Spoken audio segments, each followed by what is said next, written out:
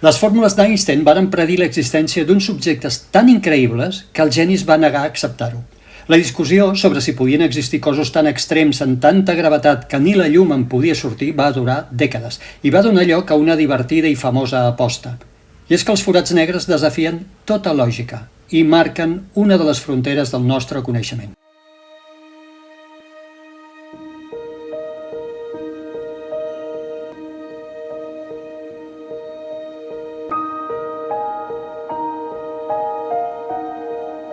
Soc en Joan Anton Català, màster en astronomia i astrofísica, químic especialitzat en quàntica i divulgador científic. També soc conferenciant i formador en l'àmbit de les organitzacions on utilitzo l'univers per tal d'inspirar i provocar reflexió. Hi ha algú allà fora és el títol del meu nou llibre i també d'aquest podcast, que enregistraré des de casa, al cotxe o passejant pel carrer, amb l'ordinador o amb el mòbil. Esternuts, trucades de telèfon, els gossos dels veïns i algun error que segur que no s'ho voldrà perdre. Tot sense talls ni edició. Benvinguts a Hi ha algú allà fora, un podcast de ciència tal com raja.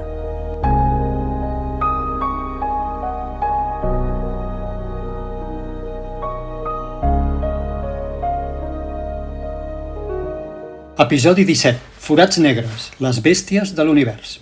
Registro aquest nou episodi del podcast Hi ha algú allà fora, el dia 6 de juliol, és diumenge, soc a Falset, són les 2:15 de la tarda.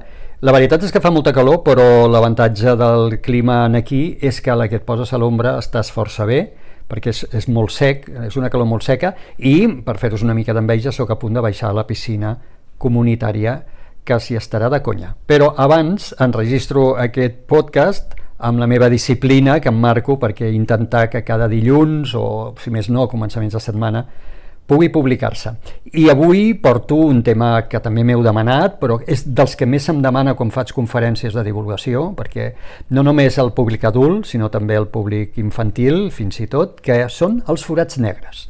Ara en parlarem de què són, com es va descobrir que existien, que aquí hi ha alguna anècdota molt divertida, de com es va saber realment que existien aquests objectes tan fascinants que jo els anomeno les bèsties de l'univers. D'entrada dir-vos que hi ha una confusió que es genera molt sovint, que és que això dels forats negres, la primera idea va venir d'Einstein i de la seva relativitat general, i això és fals. Ara us ho explicaré. De fet, Einstein no hi creia amb els forats negres. Però és que la idea ve de molt abans, ve del segle XVIII, perquè ja hi havia científics, mig pensadors, mig científics, que pensaven que, i aquí no hi havia relativitat, que pensaven que un objecte amb molta gravetat, si això arribés a ser extrema, la gravetat d'aquell objecte, podria fer que ni la llum en pogués sortir. Per tant, serien objectes foscos, que no emetrien llum. Un dels que això va pensar és John Michell, que era un astrònom anglès, o Laplace, que era un gran científic francès. Doncs ells, a final del segle XVIII, van suposar que aquesta mena d'objectes podria existir. Però, lògicament, no hi havia ni cap prova de que això fos així, ni molt menys hi havia matemàtiques per suportar un pensament com aquest, de manera que aquestes idees van quedar abandonades, però vindrien a ser les primeres de les quals tenim registre de la possibilitat de que existeixin objectes amb tanta gravetat que res no pugui sortir, ni tan sols la llum. Per ja sí començar a veure la història moderna dels forats negres ens hem d'anar a Einstein, però veureu que Einstein no hi creia. De fet, Einstein, ja n'hem parlat en un altre episodi del podcast, apareix això que anomenem la relativitat. Primer recordeu que fa la relativitat especial, després l'any 1915 publica la seva relativitat general, que és una teoria que explica com funciona la gravetat realment i desmenteix que la gravetat sigui una força, com tots hem après a l'escola, que no ens escolti Newton, i diu que simplement, entre cometes el simplement, és una deformació de l'espai-temps. Tu hi poses una massa a la tela elàstica de l'espai-temps i la tela elàstica es deforma pel pes, per la massa d'aquell objecte, de manera que qualsevol cosa que passi per allà tindrà tendència a caure en aquesta deformació, i Einstein ens diu això és la gravetat. Per tant, no és cap força, és simplement un efecte de la geometria de l'espai i de com es deforma quan hi poses una massa. Com més massa hi poses, més es deforma aquest espai, per tant, més tendència tindràs a caure-hi, per tant, més gravetat hi haurà. Això és, així molt simplificadament, la relativitat general de l'Einstein. Pocs mesos, això ell ho va publicar l'any 1915, pocs mesos després que ell ho publiqués, que publiqués les seves fórmules, que són, us haig de dir, unes fórmules que fan por, són molt complicades de resoldre, i, bueno, en fi, que ell de fet no les va resoldre, les va plantejar, i va haver un físic alemany que es deia Karl Schwarzschild, que era a la Primera Guerra Mundial, uns mesos després, us torno a dir, d'aquell any 1915, de que Einstein publiqués, es trobava al front oriental. De fet, es trobava a les trinxeres de la Primera Guerra Mundial, al front oriental, fent guerra contra l'exèrcit de Rússia. I li van arribar aquestes fórmules i és la primera persona que d'una manera simplificada la resol exactament. Què vol dir tot això? Que agafa un cas simplificat i diu, suposem un objecte esfèric, completament simètric, per tant, això ja és una primera simplificació, un objecte idealment simètric, i que no giri. I diu, i vaig a resoldre com funcionaria aquest objecte, com funcionaria la gravetat al voltant d'aquest objecte en les fórmules de l'Einstein. I se n'adona que si un objecte d'aquests esfèrics i perfectament, idealment i sense rotació, té molta massa, arribava un punt de la massa en què efectivament ni la llum en podria sortir. I ell envia una carta a Einstein. És una carta que és molt correcta, molt amable, i li diu a Einstein, mira, he resolt les teves equacions per un cas ideal i em surt això. I podrien existir aquests objectes en una gravetat tan extrema que ni la llum en pogués sortir. Einstein ho troba superinteressant, de fet li respon també molt amablement una carta, li envia una carta dient-li, escolta'm, enhorabona pels càlculs que has fet i el que faré és els presentaré a l'Acadèmia de Ciències d'Alemanya, perquè tu no pots venir a presentar-los, estàs al front oriental, els presentaré jo en nom dels dos, jo com a creador de les fórmules, tu com a la persona que ho has resolt.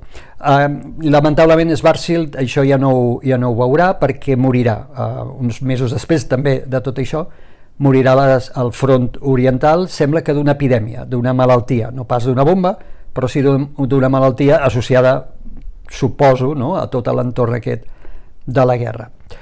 Total, que es presenten aquests resultats de Schwarzschild en les fórmules d'Einstein, però tot i això Einstein no creia possible que a la natura existissin objectes com aquests. És a dir, una cosa és que les seves fórmules ho poguessin permetre i l'altra és que realment a la natura poguessin existir aquests objectes. I Einstein era dels que no creien que existien. Va trobar molt elegant la solució de Schwarzschild, però ell no creia que aquests objectes de manera lliure, no, natural, poguessin existir. I altres científics de l'època tampoc, i es van posicionar com a molt en contra de l'existència d'aquests objectes. Un d'ells és un eminent físic d'aquella època, de començaments del segle XX, un britànic que es deia Eddington, que era un gran supporter de l'Einstein, era un dels grans defensors de l'Einstein, va ser dels primers científics que va donar suport a la teoria de la relativitat general de l'Einstein quan el món de la ciència ortodoxa s'ho mirava amb precaució. Eddington de seguida va donar suport a Einstein,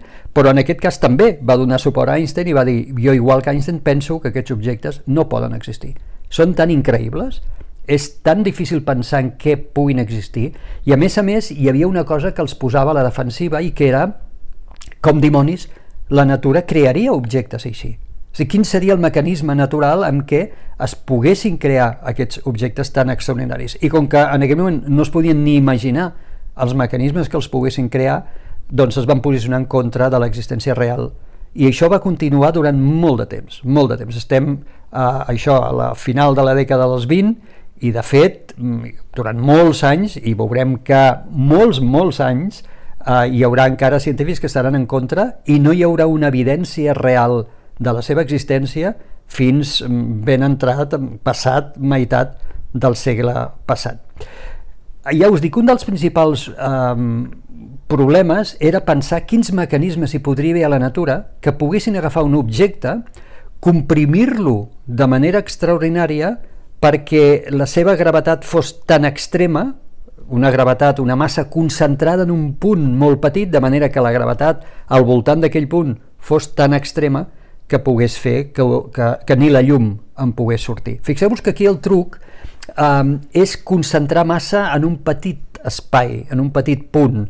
Aquest és el truc del forat negre, de la hipotètica existència del forat negre, perquè torno a dir, la deformació que faria en aquesta tela de l'espai-temps seria tan extrema que a mi m'agrada dir que trencaria la tela per sota. És com si hi poséssim un objecte tan pesat que trenca la tela per sota i res que hi caigui en pot tornar a sortir, ni tan sols la llum.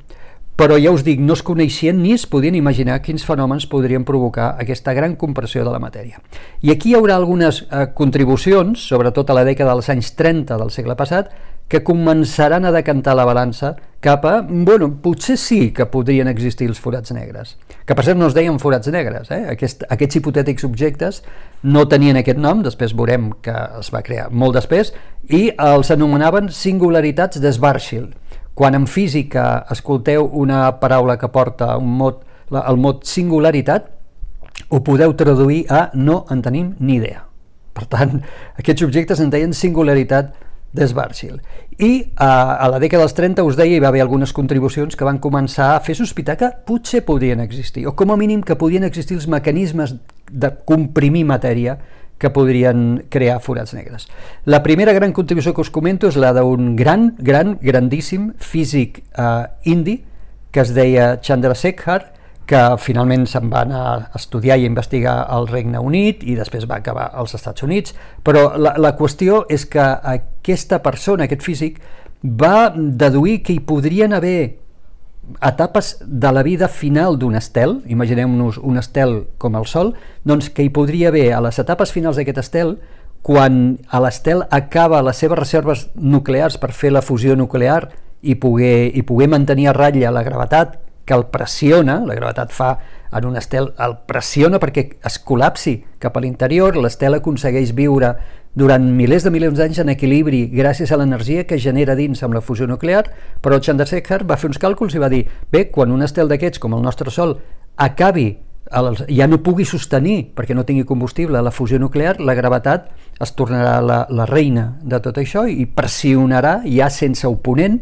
i podrà comprimir la matèria molt més del que pensem que la matèria es pot comprimir, fins un punt extrem, ell va dir. I el punt extrem són les nanes blanques, el que avui anomenem nanes blanques, que són objectes molt compactos i molt densos, que són les restes d'un estel de la mida del Sol, de la massa del Sol. Quan dic molt compactes, estem parlant d'objectes que tindrien la mida d'un planeta.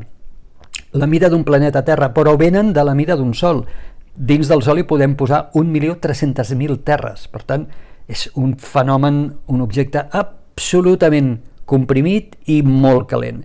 I ell, Chandrasekhar, va deduir que podrien existir. Això el va enfrontar directament a Eddington, aquest físic que us deia també molt famós britànic, que a diferència de Chandrasekhar, que en aquell moment no era conegut, Eddington era el factòtum i va provocar un gran enfrontament on Eddington va tirar per terra tota aquesta hipòtesi de Chandrasekhar, la qual cosa el físic indi el va contrariar bastant, no? Per què aquest home és tan virulent contra les meves hipòtesis? Perquè fins i tot ho va fer en una conferència, crec que va ser a Londres, però no estic segur, on parlaven tots dos. Primer va parlar Chandrasekhar i finalment Eddington va tirar pel terra aquesta hipòtesi del físic indi, i això Chandrasekhar no entenia el per què aquesta oposició tan extrema, no? I hi ha historiadors que pensen que ja anava amb la personalitat d'Eddington. Eddington era un tio bastant directe, era un tio que no anava donant toms, molt directe, molt orientat a dir sí o no, i podia ser una mica violent, no? les seves posicions. Però també els historiadors comenten que justament aquesta virulència que Eddington va mostrar contra Chandrasekhar potser era una mostra de reconeixement, perquè Eddington mai hagués perdut el temps discutint amb una persona amb la que ell no hagués validat o no li hagués donat això, no? una certa versemblança o posició forta, i això d'alguna manera, per tant, era una mostra de respecte cap a Chandrasekhar. I de fet, la relació personal entre ells dos va ser bona, només que a nivell científic Eddington portava la contrària. Molt bé, això és Chandrasekhar, però hi va haver una altra contribució important, que és d'un excèntric astrònom que crec que us he comentat en algun altre episodi, Fritz Zwicky, que dic excèntric perquè era una persona que era molt difícil treballar amb ell. Era un astrònom que havia arribat a amenaçar de mort a companys seus, simplement per portar-li la contrària, que a més insultava, parlava d'una manera molt despectiva respecte de la gent que treballava a les universitats en tot el tema administratiu, perquè ell estava fart de fer burocràcia, de fer papers i tot això, i llavors els tildava directament, bueno, els insultava, els deia bastards. Hi ha una frase, un terme molt famós seu, que surt als llibres d'història, que ell comentava que eren bastards esfèrics. Un bastard esfèric, segons ell, era un bastard el miris per on el miris. Té simetria esfèrica, per tant, sempre un bastard. Era molt especial aquest home, però era un savi, era un geni, i ell va predir l'existència de les supernoves, explosions tremendes, que li dedicarem un capítol, explosions tremendes que tenen estels molt, molt més massius que el Sol, quan acaben la seva vida, que fan que es col·lapsin com un edifici on hi dinamites les pilones i l'edifici cau, doncs el mateix, l'estel en aquell moment cau sobre el seu centre, es col·lapsa, i allà en aquell moment es formen pressions tremendes. I això era la predicció de Zwicky, que podien existir aquestes supernoves. Per tant, fixeu-vos que ja comença a haver-hi mecanismes en què la natura podria comprimir molt la matèria i podria potser arribar a crear els forats negres. Però la confrontació entre els científics continuava, els que pensaven que sí, que potser podien existir els forats negres, i els que pensaven que no. I aquí comencen algunes anècdotes també molt divertides de científics que sí i de científics que no. Per exemple, Oppenheimer, que s'ha fet famós amb la pel·lícula, i ell era un científic que defensava que potser sí que existirien els forats negres en aquests mecanismes que acabem d'explicar de compressió de la matèria. Recordem que encara no es deien forats negres, però aquesta mena d'objectes Oppenheimer defensava que potser en determinades condicions podrien existir. Però això l'enfrontava directament en un altre gran físic nord-americà, John Wheeler, que ara veureu que és especialment important, però ell pensava que no, que aquests objectes no podien existir. Estava quasi segur, o completament segur, de que alguna cosa aturaria el procés de compressió molt abans de que es formés aquest forat negre, aquest suposat objecte. Per altra banda, hi havia un altre gran científic soviètic que es deia Yakov Zeldovsky, que defensava la tesi d'Oppenheimer. Defensava que sí, que en determinades condicions podien existir els forats negres. Tant ell com Oppenheimer eren com els líders dels creients, dels que creien en que sí. Wheeler era boníssim, era molt bo, i a pesar d'estar en contra, va voler fer els càlculs, va voler revisar els càlculs d'Oppenheimer i millorar-los, i ho va fer amb els seus estudiants. I finalment el tio arriba a la convicció de que les supernoves, aquestes explosions que Zwicky havia predit que podien existir, haurien de crear forats negres. És a dir, fixeu-vos, ell que estava en contra és tan bo que fa els càlculs amb els seus estudiants, els afina millor i diu, ostres, sí, han d'existir. I es convenç tant de que existeixin que es torna un gran defensor, un dels més forts defensors dels forats negres. I aquí arriba la cosa. En una conferència que el tio fot a New York l'any 1967 s'inventa el nom de forat negre. Fins a aquell moment, ja us dic, no hi havia un nom, en deien la singularitat de Schwarzschild, o aquells objectes que tenen tanta gravetat, que concentren tanta gravetat en un punt de l'espai-temps que fan que ni la llum pugui sortir. És a dir, coses, denominacions molt estranyes. I ell crea el nom l'any 1967, forat negre. La bèstia ja té nom. Acaba de crear el nom que quallarà molt bé, encaixarà molt bé i que encara avui emprem. Però encara no hi havia cap mena de prova de la seva existència.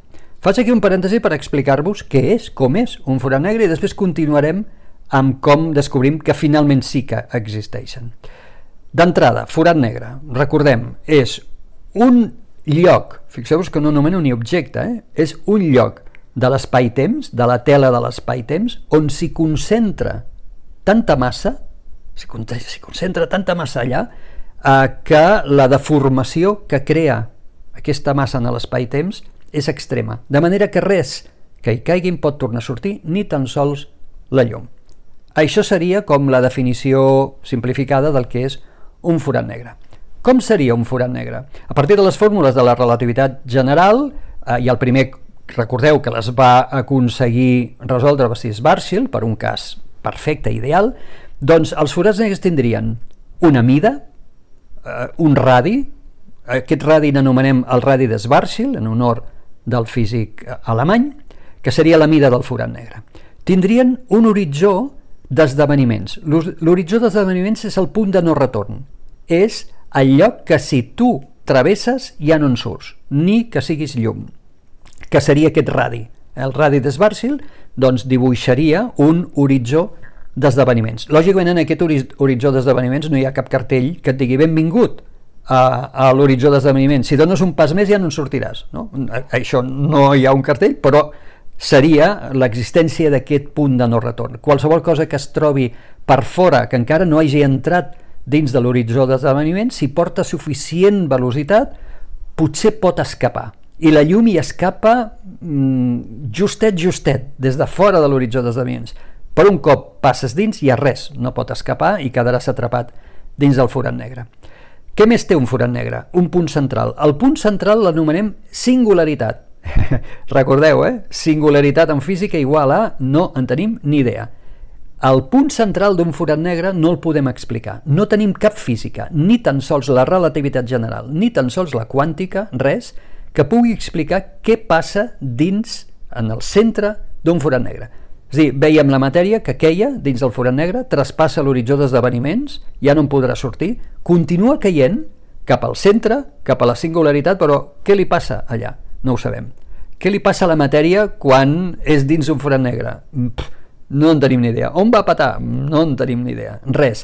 És com si intentéssim dividir per 0. Si intentem dividir per 0, doncs la calculadora peta i ens diu que és una operació que no es pot fer.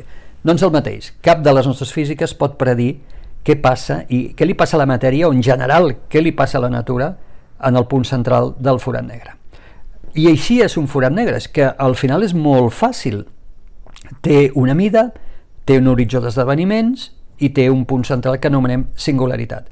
Pot tenir altres propietats. Per exemple, pot girar o no girar i pot tenir càrrega elèctrica o no tenir-ne, però ja està, no pot tenir més propietats. De fet, és curiós perquè un objecte tan increïblement fascinant i tan complex d'entendre com un forat negre, en realitat físicament és molt fàcil de descriure. És igual de quin color és a dir, no té color, és igual de quin color és, quina edat té, qui el va crear, en quin lloc es troba, només sabent la massa que hi ha, la massa que té, si gira o no gira, i si té càrrega elèctrica o no, ja podem dibuixar totes les propietats del forat negre. Ja podem saber quina mida té, quin radi té, on es troba el seu horitzó d'esdeveniments, ja ho sabem tot. Bueno, o no sabem res, perquè recordeu que el punt central, singularitat, en realitat no sabem què és. Val? Però la descripció física del forat negre, de com es comporta l'objecte, sí, amb aquestes poques propietats. Hi ha una frase molt bonica, que a mi m'agrada, jo sempre faig la broma quan faig conferències de forats negres i explico això, faig broma i dic, hi ha una frase molt bonica que ara veureu perquè m'agrada a mi especialment, que diu, en física, que els forats negres no tenen pèls. A mi m'agrada evidentment, no cal que us digui per què m'agrada. La qüestió és que es diu així perquè amb 3 propietats, la massa, si tenen càrrega o no, i si giren o no, ja saps totes les propietats, ja tens totes les propietats del forat negre, i es diu, no tenen pèls, volent dir, no hi ha més detalls que necessitis per descriure un forat negre. Tanco aquest parèntesi, però que era obligat, per intentar descriure què és un forat negre. I tornem al relat històric. Tornem al relat històric on Wheeler, l'any 1967, s'inventa el nom de forat negre i es converteix en un gran defensor. Tot i això encara hi ha molt escepticisme. Hi ha científics que s'hi van sumant, perquè clar, si tenim Oppenheimer, Seldowski, a la Unió Soviètica, Wheeler, que es van defensant, doncs cada cop s'hi van sumant més científics a la hipotètica idea, però encara no està clar perquè primera, no se n'ha detectat cap, ni tampoc s'ha pogut confirmar l'existència d'aquests fenòmens extrems com de pressionar la matèria. Aquella dècada dels anys 1960 la cosa començarà a canviar, no només perquè Wheeler s'hagi creat el nom, sinó perquè abans que ell es creï el nom, els astrònoms estan treballant en la detecció de fonts de radiació de rajos X a l'univers. Sabeu que la llum té moltes facetes, no? Hi ha moltes menes de llum, hi ha la llum visible, que és la que els nostres ulls veuen, però la llum, que científicament l'anomenem radiació electromagnètica, pot venir de molts formats. Hi ha llum infrarroja, hi ha llum ultraviolada, que és aquesta de la qual ens hem de protegir amb crema solar, hi ha ones de ràdio, que també són llum, hi ha microones, que també són llum, però de les més energètiques, la llum més energètica, tenim els rajos X, que són llum, i els rajos gamma, que són llum. Doncs els rajos X són una tipologia de llum amb molta energia. I hi ha astrònoms que estaven treballant amb la detecció d'unes estranyes emissions de rajos X que s'havien detectat a l'espai, i primer es volia confirmar aquestes emissions, però després entendre quina mena d'objectes podrien emetre una radiació tan energètica, és a dir, tan calenta com els rajos X. I una de les fonts que ja s'havia detectat d'emissions de rajos X per part dels astrònoms era un objecte que s'havia anomenat Cygnus X1. S'havia descobert l'any 1964. Aquest nom, Cygnus X1, vol dir es troba a la constel·lació del Cigne, per això Cygnus. X1 vol dir i és la primera font de rajos X descoberta. Clar, es volia saber què podia provocar aquestes emissions, i alguns astrònoms van sospitar que potser seria un forat negre, que aquesta radiació potser es podria provocar quan la matèria cau cap a un forat negre, cau en espiral, com formant un disc al voltant del forat negre. Aquesta matèria s'escalfa a milions de graus i aquesta podria ser l'emissió que rebíem, emissió de llum molt calenta, de llum de molt alta energia, de rajos X. Lògicament abans que aquesta matèria i que aquesta llum entri dins del forat negre, de l'horitzó d'esdeveniments, perquè un cop entra ja no en pot sortir. Però, per tant, era la llum de fora de la matèria que hi cau. Res no estava clar. I ara ve una de les anècdotes que a mi més m'agrada explicar, que és famosíssima, la trobareu en els llibres d'història dels forats negres, entre Stephen Hawking i Kip Thorne. Stephen Hawking no cal que el presentem, gran físic i astrofísic britànic, que va tenir l'ELA. Un dia en parlarem més en detall de l'Stephen Hawking i de la seva vida. I Kip Thorne també n'hem parlat en aquest podcast, perquè l'episodi que li vaig dedicar a la física de la pel·lícula Interestelar. Recordeu que Kip Thorne, Premi Nobel de Física, va ser el que va crear el guió original d'Interestelar i el que va treballar en Christopher Nolan, per produir, no produir exactament, però per donar-li base científica a la pel·lícula Interestelar. Molt bé, doncs aquí hi ha una aposta famosíssima que es fa entre Hawking i Kip Thorne. Hawking aposta l'any 1974 contra Kip Thorne i Hawking diu: aposto a que Cygnus X1 no és pas un forat negre, i Thorne aposta que sí. Això ho aposten, com us dic, l'any 1974 i s'hi juguen el següent. El premi és una subscripció a la revista eròtica Penthouse si Thorne guanya, és dir, que Hawking li pagarà aquesta subscripció a la revista Penthouse, i si guanya Hawking, el Kip Thorne li pagarà una subscripció a una revista satírica britànica que es diu, que es deia, no sé si encara existeix, Private Eye. Per tant, fixeu-vos que divertida aquesta aposta. I això ho escriuen en un paper. Ho redacten a mà, ho escriuen en un paper, en un tros de paper, i Thorne fa que es pengi aquest paper emmarcat amb el seu despatx al Caltech, a l'Institut de Tecnologia de Califòrnia. Això, com us dic, és l'any 1974. Per què aquesta aposta? De fet, Hawking es va fer famós tota la seva vida per estudiar propietats dels forats negres. Ell creia en els forats negres, Hawking, però el tio molt hàbilment diu: saps què? Apostaré en contra meva, perquè si realment Cygnus X1 no és un forat negre i si finalment els forats negres no existeixen, almenys no hauré perdut tota la meva vida estudiant una cosa inútil, sinó que com a mínim guanyaré una subscripció a una revista. Però ell diu, tant de bo existeixin i jo pugui pagar aquesta penyora, li pugui pagar a Kip Thorne. I aquesta és l'aposta divertidíssima. Tinc aquí, que ara us llegiré com comença el text traduït al català, i comença així, torno a dir, és un tros de paper, diu: com sigui que Stephen Hawking ha fet una gran inversió en relativitat general i en forats negres i desitja una assegurança, i com sigui que a Kip Thorne li agrada viure perillosament sense assegurances, decidim que Stephen Hawking aposta un any de subscripció al Penthouse contra l'aposta de Kip Thorne d'una subscripció de 4 anys a Private Eye a que Cygnus X1 no conté un forat negre. Això queda en un tros de paper penjat al despatx de Kip Thorne. La veritat és que cada cop es van anar reunint més proves de que Cygnus X1 sí que podia ser un forat negre. Ja hi havia telescopis que van començar a detectar amb molta precisió en quin lloc del cel es trobava aquest objecte. El problema de la radiació de rajos X1, de rajos X, de la rebuda, és que els instruments que hi havia en aquella dècada dels 60 i dels 70 eren molt poc precisos. No es podia precisar exactament el lloc del cel del qual provenia.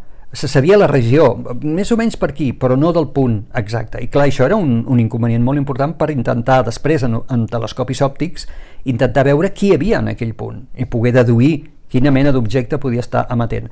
Però a poc la tecnologia es va anar millorant i ja hi va començar a haver mètodes per poder precisar cada cop més en detall d'on quin punt de l'univers exactament venia aquesta radiació de rajos X, i es va veure també que no només emetia aquesta radiació de rajos X, sinó que emetia també amb ones de ràdio. És a dir, hi havia diferents tipologies de llum que s'emetien per aquest objecte. Cada cop hi havia com més sospita de que era una cosa, un objecte extraordinari.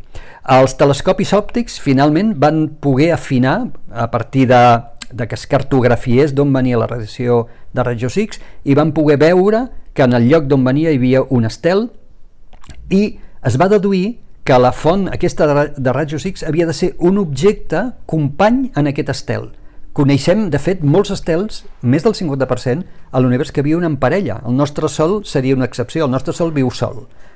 Deu tenir un caràcter horrible, perquè ningú ha volgut viure en el nostre Sol, la qual cosa ja ens va bé perquè tenim cicles de dia i de nit, però hi ha molts estels que viuen en parella, són binaris, o viuen en 3 o viuen en 4 en grup, queden lligats per gravetat, i ja se'n coneixien molts, i aquí es dedueix i es diu, home, hem vist un estel normal del lloc on ve aquesta potentíssima emissió de rajos X, per tant, si realment hi hagués un forat negre, aquest forat negre hauria de ser invisible, però hauria d'estar, perquè no emet llum visible, però hauria d'estar lligat gravitatòriament, seria com un objecte binari on tindríem un estel i un company, que potser va ser un estel prèviament molt massiu, que va explotar en forma de supernova, tal com Zwicky havia predit, això hauria comprimit la matèria i hauria format un forat negre que orbitaria conjuntament amb aquest estel. Aquesta era una mica la hipòtesi. A poc es van anar sumant cada cop més evidències de que realment tot això era cert. I l'any 1990 encara no hi havia una confirmació absoluta, però Kip Thorne diu: jo crec que tinc la meva aposta guanyada amb un 95% de probabilitats. I una nit, Stephen Hawking, acompanyat de la seva infermera i d'uns amics, entra al despatx de Kip Thorne, aprofitant que Kip Thorne no hi és, que es troba a Rússia participant en un congrés, fa que despengin l'aposta que havien escrit en un paper que té Kip Thorne a la paret i escriu, o fa que escriguin, que li concedeix a Thorne el premi. I per ell signar ho fa dipositant amb el seu dit polze, fa la marca del seu dit polze, com una signatura. I aquesta és la manera com finalment Stephen Hawking concedeix el premi a Kip Thorne, concedeix que existeixen els forats negres, concedeix que Cygnus X1 és la primera prova de l'existència del forat negre i està feliç com un anís, perquè torno a dir, és el que realment ell volia. Ell volia, perquè havia dedicat tota la seva vida també i continuarà dedicant tota la seva vida a l'estudi dels forats negres. Evidentment, avui tenim molta informació de Cygnus X1, sabem que és un objecte que es troba a 7.200 anys llum de distància i efectivament que està compost per un estel supermassiu i un objecte amb la massa de 21,2 sols, molt comprimit, que ara ja la ciència accepta que això és un forat negre. Aquí ja certificàvem que tota aquesta llarga història de la discussió doncs ja quedava resolt. Els forats negres sí existeixen. I avui ja tenim moltes més proves que no només Cygnus X1. Hem descobert de moment sobre una 50ena de candidats dins de la nostra galàxia de forats negres. Encara són molt poquets perquè realment a la nostra galàxia, la Via Làctea, hi podria haver més de 100 milions de forats negres, de manera que encara n'hem descobert molt poquets.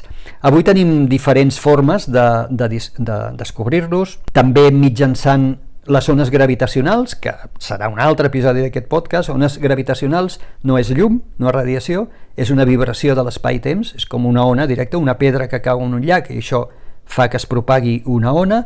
Doncs aquestes ones, que anomenem ones gravitacionals, les vàrem començar a detectar fa poquets anys, de fet crec recordar el 2015, potser, el 2015, penso que va ser la primera detecció d'una ona gravitacional, que és una cosa extremament difícil de fer, ja us ho explicaré, i provenia de la fusió de dos forats negres. I avui tenim altres maneres també. I finalment hem pogut fotografiar-los. No realment el forat negre, però sí el disc de material que gira al voltant i que està caient contra o sobre el forat negre, i que aquest disc sí emet llum. És llum que pot escapar perquè encara no ha entrat dins del forat negre. I tenim dues fotografies. De fet, l'any 2019 es aconsegueix la primera, que és d'un gran forat negre que hi ha dins de la galàxia M87, que és una bèstia que té una massa de 6.500 milions de sols, i l'any 2021 tenim la foto del nostre gran forat negre del centre de la nostra galàxia, que té una massa com 4 milions de sols. Repeteixo, no és la foto exacta del forat negre, perquè el forat negre no emet llum, sinó que és la foto del perfil. Veiem un objecte fosc envoltat per un disc molt lluent de material que està caient, i és aquest material que ens perfila la silueta del forat negre. Coneixem, de fet, dos menes de forats negres, dos categories: els forats negres de tipus estel·lar, que són els que Zwicky va predir que existien, els que provenen de la mort d'estels molt massius, que es col·lapsen, comprimeixen la matèria, i allà, com si fos l'au fènix, enmig de l'explosió de la supernova, apareix el forat negre. Això són objectes amb masses de desenes o pocs centenars de sols. Però després coneixem unes bèsties immenses que anomenem forats negres supermassius, que hem confirmat que existeixen al centre de quasi totes les galàxies, inclosa la nostra, i aquests tenen masses de milions de sols, o de fins a milers de milions de sols, com us deia el de M87, de la galàxia M87. A diferència de tipus estel·lar, que tenim un mecanisme que els fabrica, en el cas dels supermassius no sabem encara com es fabriquen. Tenim dues hipòtesis. Una és que potser són restes de forats negres primigenis que es van crear en el primer instant del Big Bang i que després van créixer, i l'altra gran hipòtesi és que potser són forats negres que van començar sent estel·lars, aquests de la primera categoria, i que a base de menjar-se material han anat creixent fins convertir-se en supermassius. Però cada cop tenim més evidències de que aquesta segona hipòtesi segurament no és certa. No hi ha hagut prou temps a l'univers perquè aquests forats negres arribin a créixer tan enormement com per formar aquestes bèsties pardes que us deia, de manera que cada cop hi ha com més suport a la idea de que provindrien de forats negres que ja van néixer massius, que es van crear en el primer sospir de l'univers, es van crear amb col·lapse de grans núvols de gas d'hidrogen i d'heli enormes, van crear aquests primers forats negres que després sí, han anat creixent, però que ja van néixer grassos. No ho tenim del tot clar. Per acabar, us voldria comentar una altra cosa dels forats negres. Hi ha gent que pensa que tu no pots sobreviure mai al voltant d'un forat negre, i això és fals, perquè si això fos així, un únic forat negre a l'univers ho menjaria tot, ja s'hagués cruspit tot l'univers. És perfectament possible orbitar un forat negre. Si ara algú toca un botó i converteix el nostre Sol en un forat negre, amb la mateixa massa que té el Sol, la Terra no se n'assabentarà. la Terra continuarà girant al voltant d'aquest objecte en un any, igual com gira al voltant del Sol, perquè la gravetat és la mateixa. El problema del forat negre és quan t'hi acostes massa i no tens la velocitat suficient per escapar. Aquest és el problema, perquè llavors cauràs dins d'un forat negre, entraràs dins d'un forat negre, que això és el que també passa a la pel·lícula Interestelar. Però si no, tu pots orbitar, si tens la velocitat i et situes a la distància suficient i amb la velocitat correcta, tu pots girar al voltant d'un forat negre. I també per acabar dir-vos que Stephen Hawking, que es va morir sense un premi Nobel, recordem que els premis Nobel no es poden donar a títol pòstum, per tant Stephen Hawking ja mai no podrà ser guanyador d'un premi Nobel, va predir que els forats negres, atenció, s'evaporen, que els forats negres no són eterns, que els forats negres a poc, d'una manera molt lentíssima, van perdent massa fins que, puf, simplement desapareixen, és com si s'haguessin evaporat. I això és un efecte quàntic, és un efecte quàntic que es produiria en l'horitzó d'esdeveniments, justament per fora de l'horitzó d'esdeveniments, on l'extraordinària energia gravitatòria d'un forat negre podria fer que es creés, per quàntica, que es creés un parell de partícula-antipartícula. Això és típic en quàntica. En quàntica sabem que allò que nosaltres anomenem espai buit en veritat no ho és un batibull de partícules i d'antipartícules que es formen i s'aniquilen immediatament sense que tinguem capacitat per detectar-les. Doncs això també passaria a fora de l'horitzó d'esdeveniments, només que podria ser que una de les partícules, la de massa negativa o càrrega negativa, entrés cap dins, fos menjada pel forat negre i l'altra pogués escapar. I això el que faria en realitat és fer perdre energia, fer perdre massa al forat negre. Si aquesta partícula negativa entra cap a dins, això seria com restar massa al forat negre, de manera que els forats negres al cap de molt de temps, trilions d'anys, pels forats negres normals que veiem a l'univers, s'acabarien evaporant i ho farien emetent una radiació, aquesta partícula que s'escapa en forma de radiació, que s'anomena radiació de Hawking, que si s'hagués detectat mentre ell era viu li hagués valgut segur un premi Nobel. Encara no hem certificat que existeix, però cada cop hi ha més científics que pensen que sí, que aquesta hipòtesi és correcta, que els forats negres amb moltíssim temps, amb temps increïblement molt més llargs que la vida de l'univers, es podrien arribar a evaporar lentament, generant una feblíssima emissió que estem intentant detectar, però que és molt difícil de detectar, que seria aquesta radiació de Hawking. Ho he explicat de manera molt simplificada, no feu gaire cas als detalls, perquè explicant-ho en mecànica quàntica hauria d'haver parat molta més atenció, però hauríem entrat en un detall que és tremendament complex. Quin és el futur del nostre enteniment dels forats negres? Bueno, volem entendre realment què li passa a la matèria. Volem entendre realment com és un forat negre per dins, què hi ha dins de la singularitat per deixar-lo ja d'anomenar singularitat. I això hi ha hagut científics que han dedicat la seva vida. Einstein va intentar fusionar la mecànica quàntica amb la relativitat general, no pas perquè cregués en els forats negres, sinó perquè ell veia que hi havia coses de la natura que ni una física ni l'altra podien explicar 100% i va intentar-les fusionar i no se'n va sortir. Stephen Hawking és un altre dels que va intentar fusionar la quàntica amb la relativitat, no se'n va sortir. Són com aigua i oli, són dues teories que utilitzen fins i tot aparells matemàtics diferents, formulacions matemàtiques diferents. Però creiem que el nostre enteniment d'un forat negre no estarà complet fins que realment puguem crear una cosa que és la gravitació quàntica, que vindria a ser això, vindria a ser la fusió de la relativitat general amb la mecànica quàntica. Res fa sospitar que ens trobem a prop de que això sigui així. I ja veurem quan serà. Tant de bo ho puguem veure i jo us ho pugui explicar, però em temo que poder encara triguem forces anys en generar aquesta nova llei de la natura, que seria més genèrica i que potser ens podria explicar com funciona un forat negre per dins.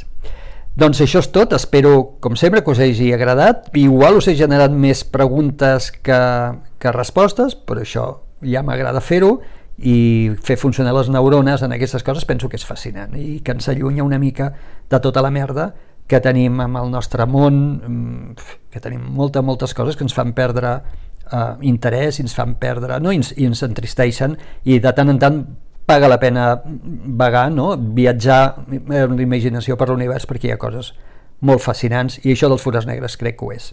Apa, ens retrobem al pròxim episodi. Cuideu-vos. Adeu.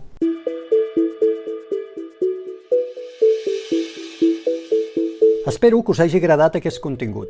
Si és així, us demano que el compartiu i m'ajudeu a difondre'l.